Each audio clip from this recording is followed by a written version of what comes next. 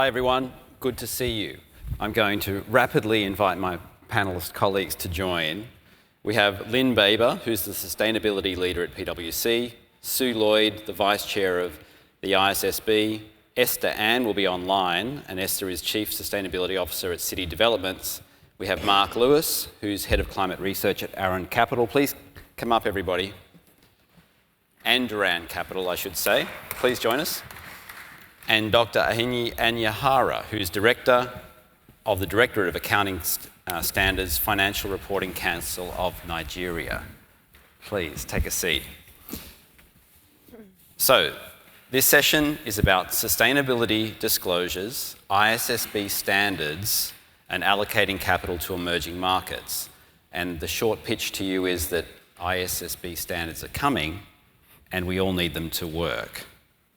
And so the first question goes to Iheanyi. Please, how can climate and sustainability disclosures help enable green finance to be actively deployed in Nigeria towards climate and broader development objectives? Thank you very much, Nathan, and nice being part of this program, which I see as probably targeted for emerging markets, and Nigeria particularly, the most populous black nation and the biggest economy in Africa.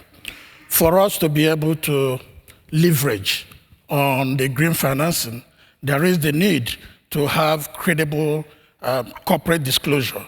And corporate disclosure drives transparency, which promotes dialogue with investors and other stakeholders.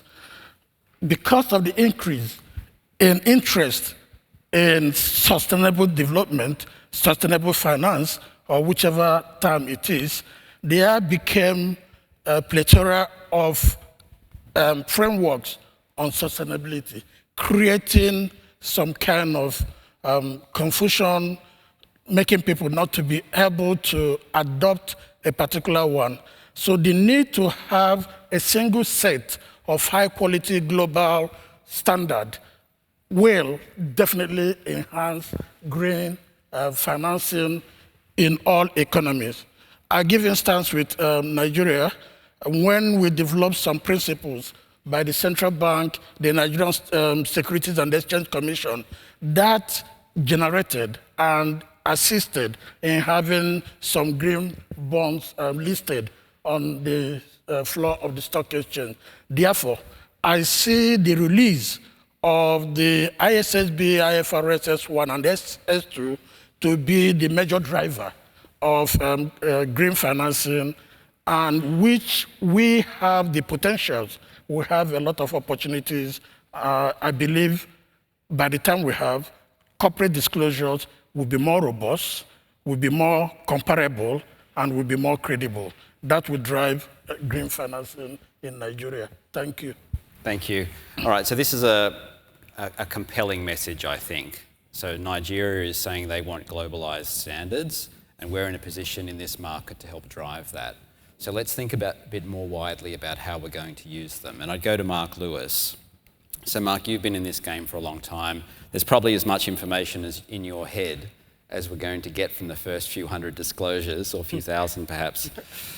But how can these disclosure standards help you better identify and manage climate-related financial risks, and how do you think they'll play out in the market? Yeah, well, I think there's three main ways that all investors should be using these enhanced disclosures, and I think the first one's very obvious, and the other two need more thinking about. The first one is, clearly, the more data you have, the better informed can be your judgment. This was the whole purpose behind the setting up of the TCFD in the first place. It's Michael Bloomberg, whenever you hear him speak about this, he will say you can't manage what you don't measure.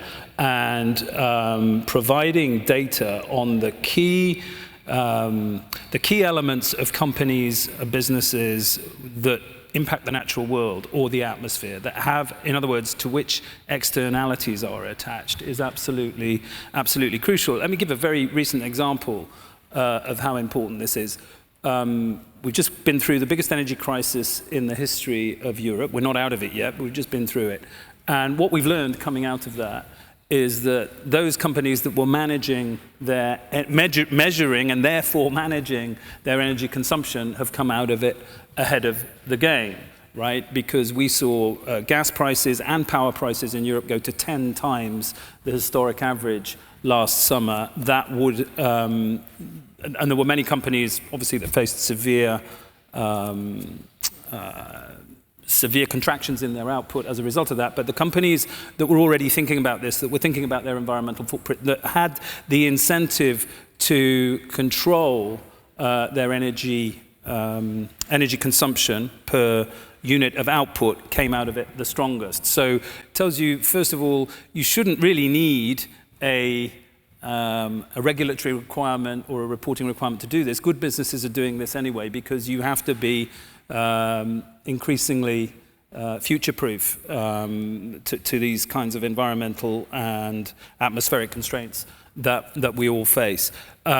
Brings me on to the second point, which is how we use them. So first of all, we use them for data, and where we see companies that are already producing more data on these indicators than are required by the minimum, that's a good sign to us.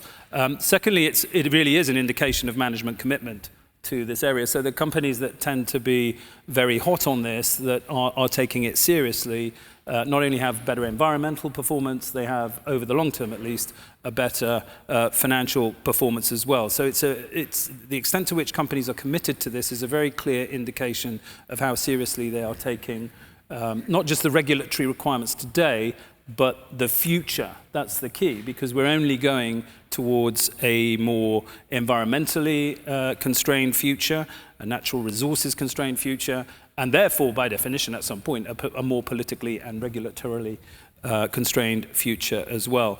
And then the third one, which is perhaps the least obvious if you're not a practitioner, is frankly the arbitrage opportunities that open up from regulatory reporting requirements. I can give you it's easiest to give a clear example of this. So, many investors look at the reporting requirements and say, okay, greenhouse gas emissions are bad, therefore companies that have high greenhouse gas emissions, we want to be excluding them, and companies that have low greenhouse gas emissions, we want to be including them in our portfolios. But actually, if you look at jurisdictions that have legally binding emissions reduction targets with carbon trading schemes, and therefore you have a carbon price that is enforced by a legally binding mechanism, companies have an incentive. The most carbon-intensive producers have the biggest incentive to reduce their emissions quickest. And RWE, which is still excluded from many investor portfolios, actually in 2018, because they were so expensive, it really was an existential risk to them, the carbon price, went out and covered their carbon requirement all the way up to 2030 at an average carbon price, we estimate, they've never disclosed it publicly, but we estimate an average carbon price of 20 euros a tonne. The carbon price today is 85 euros a tonne, was as high as 100 euros a tonne. So that tells you all you need to know about how seriously the management of that company is taking this. They measure the carbon emissions are measured for them by independent verifiers as part of the EU ETS, but they take their commitment very seriously. They have an incentive to do it, and that's really the most conclusive point in all of this. Reporting is not an end in itself. It's a means to an end. It enables management and investors to think about what's important, and ultimately, when you're measuring these things, hopefully you can put a price on it. Carbon is a very easy thing to put a price on. Nature and biodiversity, which is now attracting the same kind of attention that climate change was attracting, say, 15 years ago, is a much more difficult thing to measure, but hopefully we can move in that direction, and investors will bring the same kind of microscopic attention to it. So that sounds quite optimistic. So momentum and increased sophistication in the way the market's dealing with benefits potentially here. So Sue, obviously from the ISSB, if you don't know Sue, she works tirelessly in this venture for all of us, and so we're delighted to have you here talking to us today, Sue. What are the standards designed to deliver, and how can businesses optimise the potential? Deliver the dream. So we're working hard at the moment to finalise our first two standards, S1 and S2, which are on target to be published by the end of June. So that's the first good news. And what are they? Sue, I'm not sure we can hear you actually. Can we just double check? We've got him. We're going to bring you a handheld.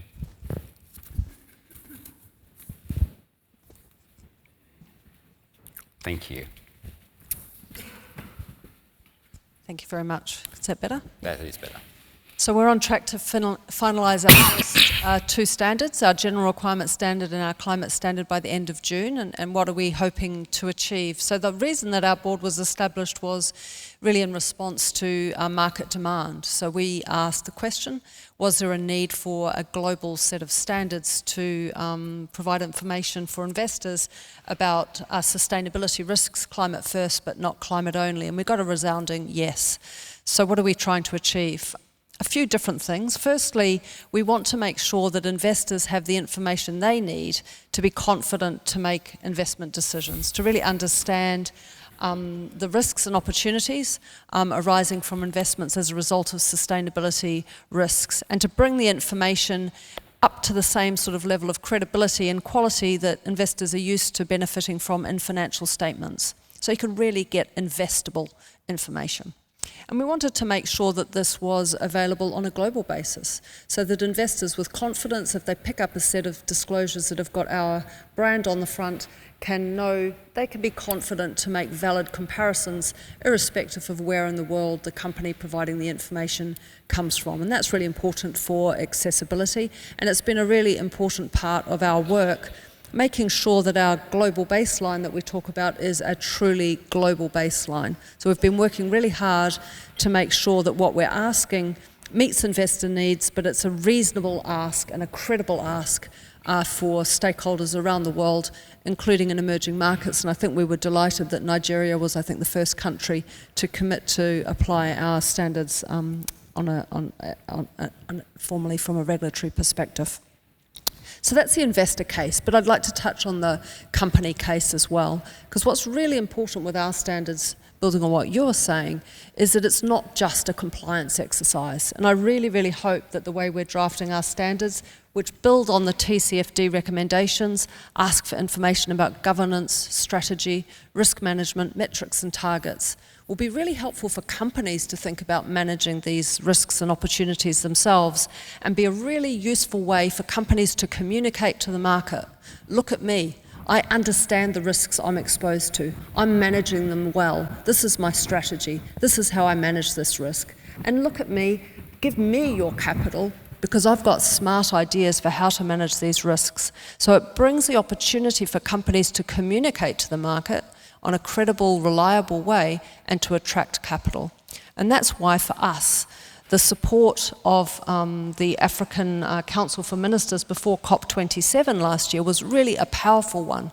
They stood up themselves and said, we support the initiative of the ISSB because we see this as a way to attract capital to our continent, and we need capital to effect an orderly and just transition. And so we're really setting up a set of standards to benefit the markets, but to benefit companies as well, and to really assist in this transition journey ahead of us all. Thanks, Sue. There's a couple of things I might come back to there on how the take-up is going. So if you don't mind, we'll think about that, how you expect it to go. So let's go to Esther online, who I'm sure can hear me. So Esther, welcome. I'll ask you the question. Where do you see companies making the most positive steps when adapting to take incoming ISSB standards into consideration in their planning? Yeah, thank you for the question, and my apologies that I cannot make the trip because I'm actually now in Seoul attending the UNEP-FI, the Sustainable Finance Roundtable. These 2 days, we are not talking about anything but only about sustainable finance. And if actually data show that APAC outperforms amid the global sustainable finance pullback last year, and we grew by about 54%. And just now we talked about sustainable finance, and based on from my humble experience, launching the first green bond in Singapore in 2017, our track record in on ESG disclosure and sustainable reporting started in 2008, 16 report as of today, and has helped us to really tap onto the rising ESG funds and also sustainable finance. And of course, a few years back when we started looking at sustainable finance, a lot of companies and even bankers were not too familiar with it in the local context. But after Glasgow, we are now really living in a time where global race to zero is mainstream. And I think very few company or nations will ask you what is net zero anymore. And in fact, many economies or even countries in the ASEAN region have also pledged for net zero. And in Singapore, we have pledged for net zero last year since by 2050. And the governments, also release a lot of policies, more stringent policy, ESG, mandatory reporting, and also carbon tax. Next year, our carbon tax will be 5 times more. 2 years later, will be 9 times more. So the business case of sustainability reporting and ESG disclosure has never been stronger. A few reasons. Why? Because there are more stringent policy, regulators' expectation. If companies cannot meet that and not, that definitely will be a threat to even the license to operate, not just a good to have anymore. And then the net zero pledge by investor, insurance companies, and financial institutions have also give companies the pressure. Banks are assessing our loan application using our ESG performance as well. And last but not least, the bigger procurers are also issuing, responsible or sustainable procurement policies. So it affects the SMEs, who are most of our supply chain are actually SME. But we need to engage them and also empower them with the knowledge and give them fair lead time to drive change and also to come on board on ESG disclosure, measurement, and reporting as well. So I think the companies in Asia are really stepping up very, actively. And in fact, in Singapore, we set up the Sustainability Reporting Advisory Committee in March 2022 last year, and it's actually all well prepared for ISSB's issuance of the exposure draft S1 and S2.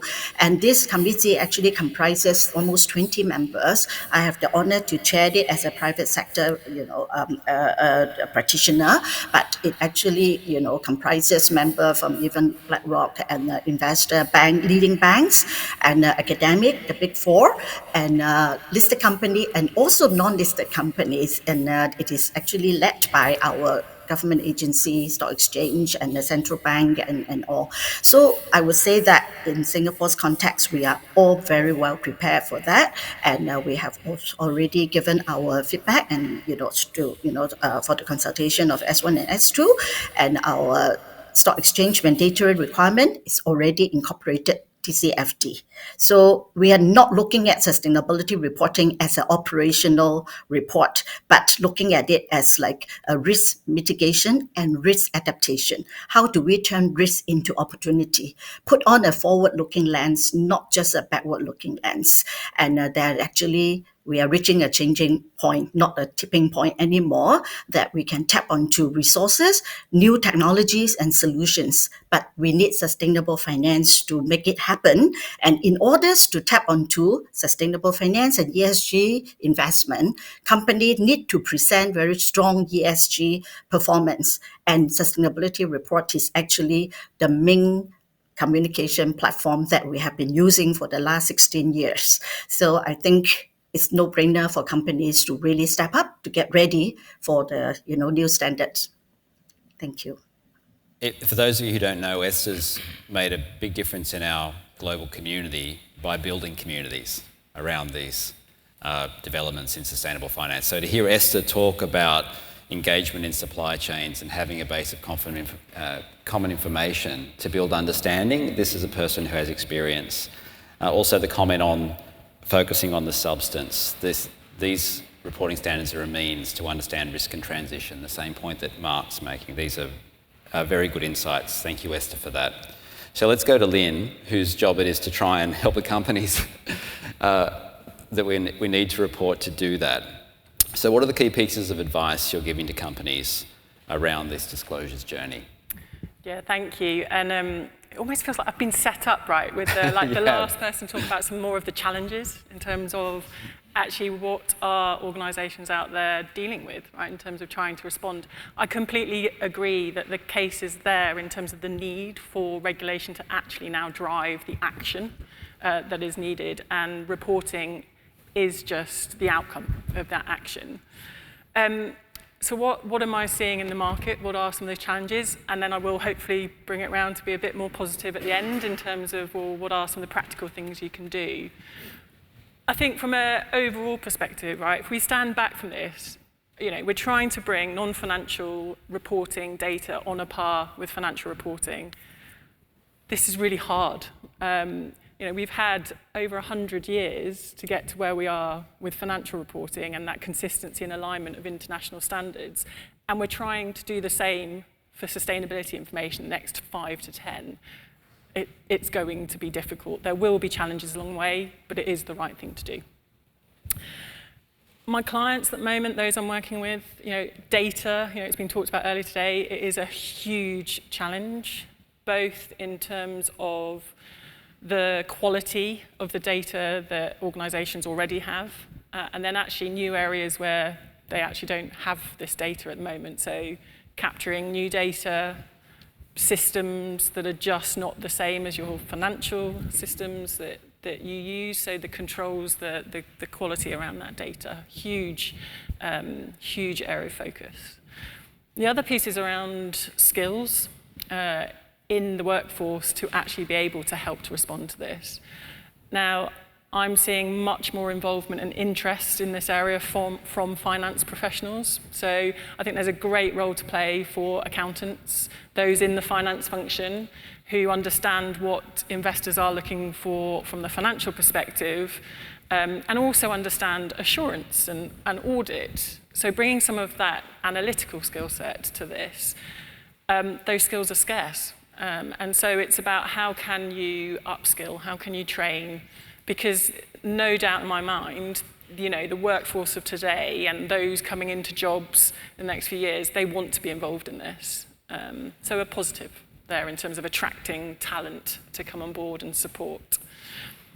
I think there's another point around alignment between all of the standard setters. So big part of my job at the moment, I'm almost feeling like a therapist in many respects, right? When I go and talk to my clients and they're already having to look at how they comply, how they report in Europe. They're thinking about what's happening with the SEC and then with ISSB. There's just a huge amount of worry around, they hear that we're looking for alignment, we will get convergence, but they just worry about, well, when will that happen? How will it work in the current reporting timescales I've got with the different regulation? So I think they're itching for kind of more information around that. And overall, the kind of cost of compliance, right? I have one organisation I don't work with, but have spoken to, who are a large FTSE 10, organisation, and in their estimate around how they're going to approach, reporting the standards, they're up at around 50 million to 60 million in terms of their programme costs, and that's a huge burden to take as an organisation. So how can we get communities in terms of sharing of approaches without obviously losing confidential information, etc. But how are we going as a market to actually approach this in the most efficient way? And finally, for me, the one I'm most worried about is therefore the impact on organisations in the value chain, where they are the smaller, medium-sized businesses that are going to have to provide information. How do we lessen the burden on them in terms of the cost of compliance? Thanks, Lynne. We appreciate your experience and so the substance of the issues that companies are facing. So we might do two things. We've only got 5 or 6 minutes left, so we might do two things. We might just ask Sue just to tell us how she thinks the adoption will go and the steps that you're taking.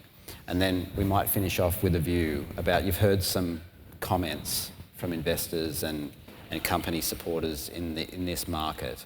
Just maybe reconcile it with your own experience and if there's something you'd like to ask your colleagues here in the UK about the shared journey and how we support development in Nigeria, maybe you can have a moment to think about that. So Sue, over to you.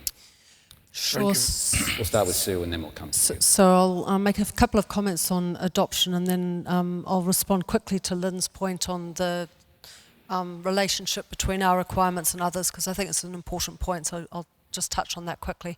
So in terms of adoption, we've got huge support from regulatory authorities, G20, G7 just last weekend, the Financial Stability Board, and importantly, the international securities regulators are working at the moment with a view to endorsing our standards, which would mean they'd be saying these are fit for purpose in global capital markets, which is really, really important. And that's a really important step for most jurisdictions to be confident then to make the decision to require the use of our standards. So that's an important near-term objective, getting that.